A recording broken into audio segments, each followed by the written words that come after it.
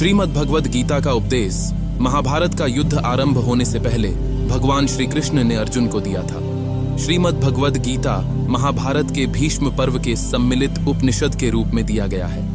इसमें 18 अध्याय और 700 श्लोक हैं। भगवद गीता का ज्ञान तकरीबन 5560 वर्ष पहले दिया गया था। भगवद गीता की गणना उपनिषद और ब्रह्म सूत्र में शामिल है। जो हिंदू धर्म की परंपरा में गीता का स्थान वही है जो उपनिषद और धर्म सूत्रों का है। उपनिषद को गाय और गीता को गाय दूध कहा गया है। उपनिषदों की अध्यात्म विद्या को भगवद गीता सर्वांश में स्वीकार करती है और उपनिषदों की विद्याएं गीता में भी हैं। अश्वत्थ विद्या, अव्यय पुरुष विद्या, अक्षर पुरुष विद्या और क्षर पुरुष विद्या भगवद गीता में है, जो उपनिषद की विद्या है। वास्तव में श्रीमद् भगवद गीता का महात्म्य वाणी द्वारा वर्णन करने के लिए किसी की भी योग्यता नहीं है, क्योंकि यह एक परम रहस्यमय ग्रंथ है।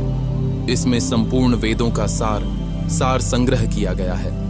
इसकी संस्कृत इतनी सुंदर और सरल है कि थोड़ा अभ्यास करने से मनुष्य उसको सहज ही समझ सकता है, परंतु इसका उद्देश्य इतना गंभीर है कि आजीवन नित्य अभ्यास करते रहने पर भी उसका अंत नहीं आता। प्रतिदिन नए नए भाव उत्पन्न होते रहते हैं। इससे यह सदैव नवीन बना रहता है एवं एकाग्रचित्त होकर श्रद्धा भक्ति सहित विचार करने से इसके पद पद में परम रहस्य भरा हुआ प्रत्यक्ष ख्यात होता है।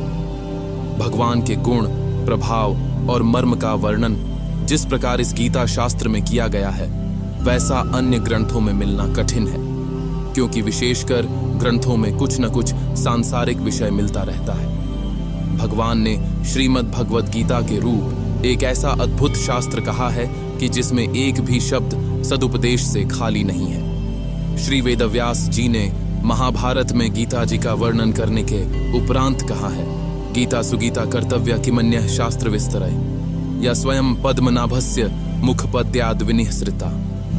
गीता सुगीता करने योग्य है, अर्थात श्री गीता जी को भली प्रकार पढ़कर अर्थ और भाव सहित अंतःकरण में धारण कर लेना मुख्य कर्तव्य है, जो कि स्वयं पद्मनाभ भगवान श्री विष्णु के मुखारविंद से निकली हुई है। फिर अन्य शास्त्रों के विस्तार से क्या प्रयोजन है?